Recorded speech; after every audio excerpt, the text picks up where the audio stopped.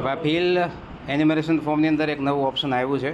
Fill ફોર્મમાં જશું આપણે તો ઓટો સર્ચનું પણ ઓપ્શન આવી ગયું છે, એટલે હવે બીએલઓ માટે ખૂબ સરળ થઈ જશે કામગીરી કરવાની.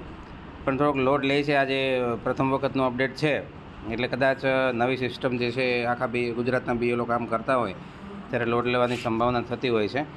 અહીંયા તમને અપડેટ એવું લખેલું આપી દીધું છે, એટલે કે સિસ્ટમે એ મતદારની સંભાવના કઈ વિધાનસભામાં કયા ભાગને કયા ક્રમમાં હશે એ આપી દીધેલું છે. અને આ મોટાભાગે એ ઓપ્શનવાળા એટલે કે જે 38+ છે એના માટે ઉપલબ્ધ થશે.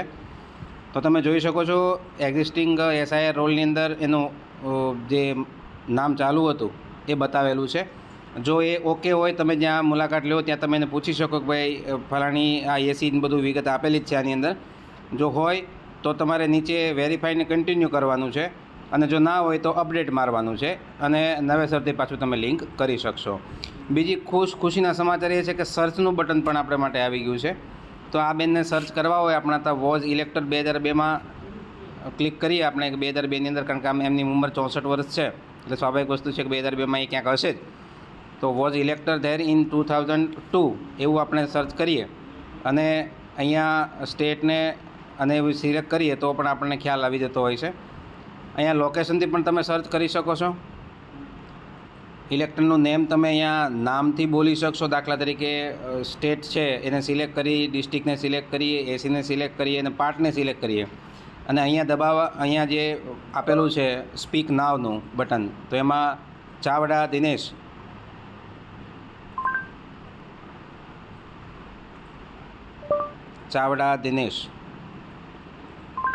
તો જો નામ આવી ગયું છે. પેરેન્ટ્સ નેમમાં પણ હું કરું છું વશરામભાઈ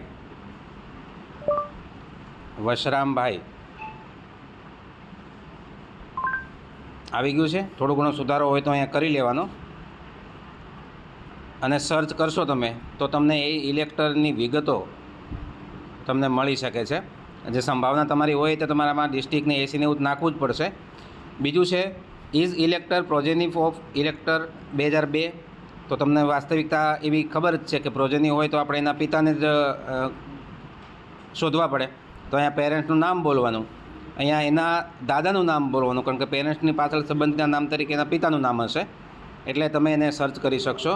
તો આ સર્ચનું બહુ સુંદર ઓપ્શન આવ્યું છે, નાઇધર ઇલેક્ટર નોર પ્રોજેની ઓફ 2002. એટલે કે ન તો એ પ્રોજેનીમાં છે કે નથી એ પોતે મળી આવતો, તો પણ તમે આને આવી રીતે વેરીફાઈ કરીને કન્ટિન્યુ કરી શકો છો. તો આ એક નવો ઓપ્શન આવ્યો છે, બીએલઓ ખાસ મિત્રો યાદ રાખે અને 1-2 વખત એને ટ્રાય કરીને પણ પ્રયત્ન કરી જુએ. બીજી વસ્તુ છે માર્ક અનકલેક્ટેબલ જે છે એની અંદર પણ નવું ઓપ્શન આવ્યું છે બાજુમાં જ. તો જે લોકોના ઈએફ આપણને મળ્યા નથી એને તમે આવી રીતે ઓલરેડી એનરોલ એટલે કે એ ડુપ્લિકેટ છે એવી રીતે માર્ક કરી શકો.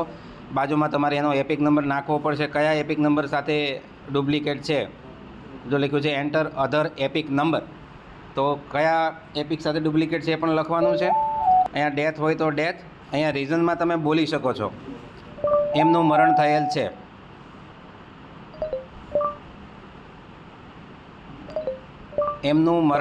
છે. આમાં ટાઈપ કરી નાખો તો ચાલશે. ટાઈપ લખીને પણ તમે કરી શકો છો. મેક્સિમમ તમે 150 શબ્દો લખી શકશો.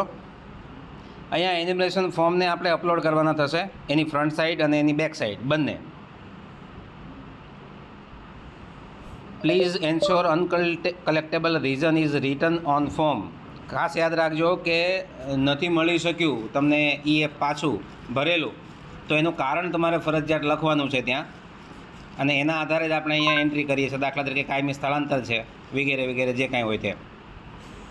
અપલોડ સપોર્ટિંગ ડોક્યુમેન્ટ ઇફ એની. જો કોઈ ડોક્યુમેન્ટ આપે છે મરણમાં, તમને ખ્યાલ છે કે આપણે મરણનો દાખલો આપણને આપતા હોય છે, તો તમે આવી રીતે એને અપલોડ કરી શકો છો અને પછી સબમિટ કરી દેવાનું થાય. એટલે કે આ 2 ઓપ્શન નવા આવ્યા છે જે બીએલઓના કામગીરી માટે ખૂબ જ અગત્યના હોય એવું લાગે છે આપણને. તમારા અનુભવો પણ શેર કરજો, જેથી કંઈક આમાં ખૂટતું હોય તો પણ આપણે ઉમેરી શકીએ. કારણ કે ફિલ્ડ ઉપર જતા હો તમે ત્યારે તમને વધારે પડતી ખાતરી હોય છે કે અને અનુભવો થતા હોય છે, તો એ આધારે છે. નમસ્કાર, જય ગરવી ગુજરાત.